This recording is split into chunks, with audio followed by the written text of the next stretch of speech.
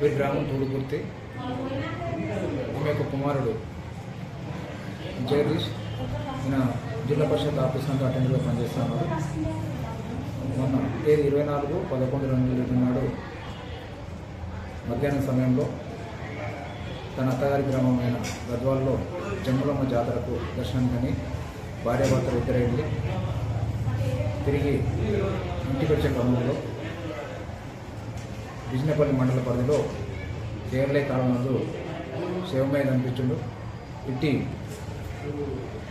దానిపై పద్మమ్మ కాంప్లైంట్పై కేసు నమోదు చేసి దర్యాప్తు చేయడం జరుగుతుంది.